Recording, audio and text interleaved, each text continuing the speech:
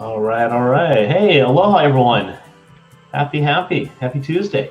Thank you for being here with me today. This is my first live chat, so live video, and so just getting used to doing this live on YouTube. So welcome. Anyways, my name is Dr. Chris Colgin of the iChoose Wellness Center in San Diego, California, and we specialize in helping people lose weight, keep the weight off, and therefore eventually have a healthier lifestyle.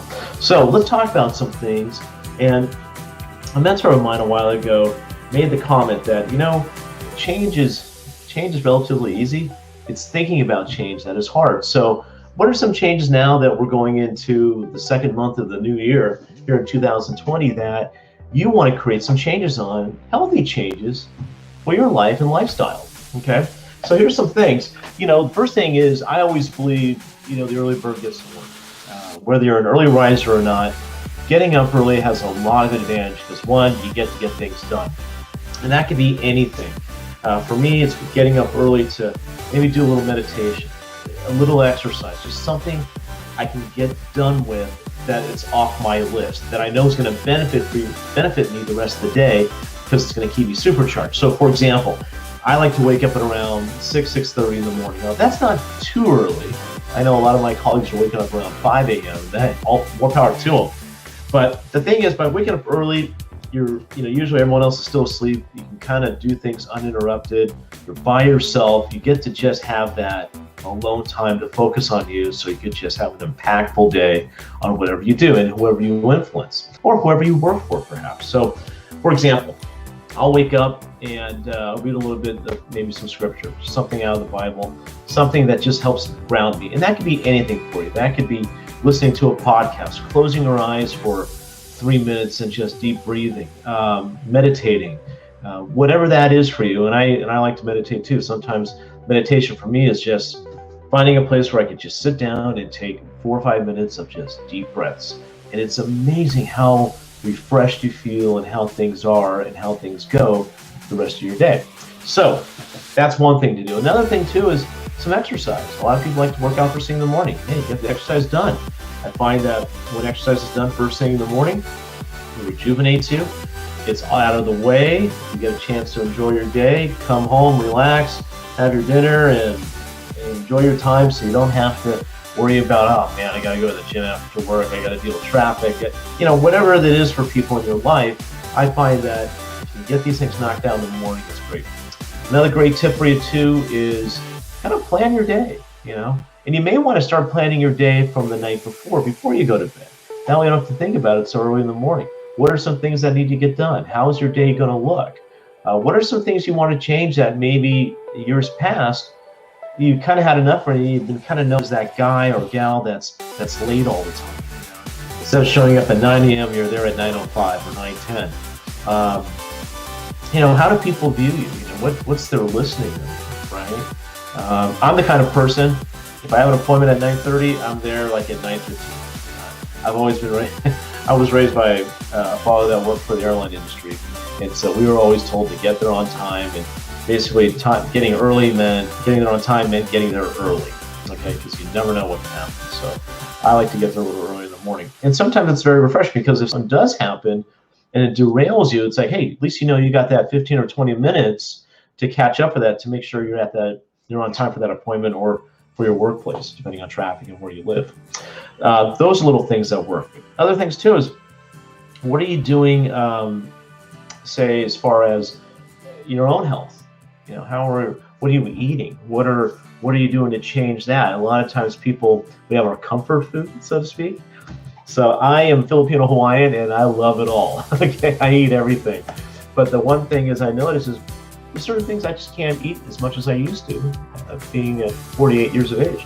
So, or drink for that matter. So the thing is, what am I putting in my body now so I can still have a productive day, keep myself healthy, and distance myself from disease processes rather than accelerate myself towards disease processes. So right now I'm in the middle of doing a detox where I'm just eating basically a non-inflammatory meal program, which is essentially lean proteins, vegetables, fruit, a lot of water, and that's pretty much it. And it's an intermittent fast too, so I'm not eating breakfast. And I'm usually one that doesn't eat breakfast because I find that I don't really need it. Okay, Breakfast, let's just say, I think has been kind of ingrained in us that we have to have it. We really don't. Folks, we can survive. If the human body can survive days, we can survive days without food, but we can't survive days without water. All right, so as long as you're getting water in it, you're going to be just fine. Trust me, you're not starving. So I prefer to eat 2 main meals a day, and that's lunch and dinner. Little things like that could also create a lot more energy with you too, because you're not so full during the day, or you're just starting the day off right. You're starting it off on the right foot, energized and ready to go. And your workplace or people you influence love that because they see you in a whole new different way. Other things I like to do is, especially being married for 12 years, is what are you doing in your relationships? This coming week is Valentine's Day. It's happens to be on a Friday. Now, I gotta admit, I'm not the best husband when it comes to celebrating Valentine's Day, but I'm rolling with it. Instead of going out to dinner, paying exorbitant prices and everything else, and dealing with the crowds, we actually have it ordered in. So private chef is making us dinner. We're gonna have a nice time here. We're gonna get a massage in the afternoon, have dinner, and then we're gonna go do some fun dancing and with some friends and down the street, or actually the next town over, and have a great night. So, what are your date nights looking like? How often do you have a date night?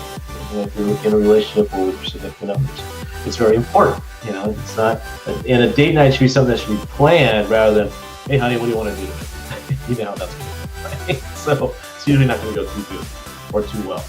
So those are some of the things that, having a healthier lifestyle moving forward. But the bottom line is we just got to get moving. Even if you do wake up that early in the morning and go for a 30-minute walk, or even a brisk walk, it's amazing how much better you feel when that blood is flowing through your veins, and when you're starting to see the changes in your body because you feel better, and also you're going to start looking better. And I always tell my patients, since we're in a world of weight loss here, when you look better, you feel better, you function better, and your attitude will change too, because now that you're putting good fuel in your body, your brain starts to change. Certain foods that you used to eat in the past, it doesn't taste good anymore. You'd rather not even have it, yet the foods that you used to love to hate, now you love them, but the foods that you used to love, they're no longer in your existence anymore. So it's amazing how much the palate can change, and that's why I do a detox. We're living in the most toxic era ever known to mankind. So doing this does help us out quite a bit, okay? And I like to usually do a detox once or twice a year. I think that benefits me. It doesn't have to be long. It can be anywhere from a couple of weeks, could be a month, could even be a few days. Sometimes another great benefit too is water fasting. Like I said before, the human body can survive without food for a short period of time. It just can't survive without water. And it's not unheard of for people to do a water fast once every other week, or even once a week. Some people do them 3 days in a row. I did one for 3 straight days, and I loved it. I wasn't hungry. I felt good. I was functional. I wasn't weak. The one thing is I had to go to the bathroom a lot. I had to pee a lot. But the one thing that really got me present to is how much I missed chewing food. Okay, but I wasn't hungry. All right, so it was my brain playing tricks with me, but I was fully functional 3 days drinking water. So if anyone says, oh my gosh, you're gonna die, you're gonna starve, trust me, you're not. Your body is designed to survive many days without food. Again, it just doesn't survive well without water. Try it out. I recommend, starting off the year, just try once a week. Pick a day of the week that suits you best, where you just drink water. See what happens. You're not, like I said, get the experience of it. You might even feel better. You might even lose a couple of pounds too. All right.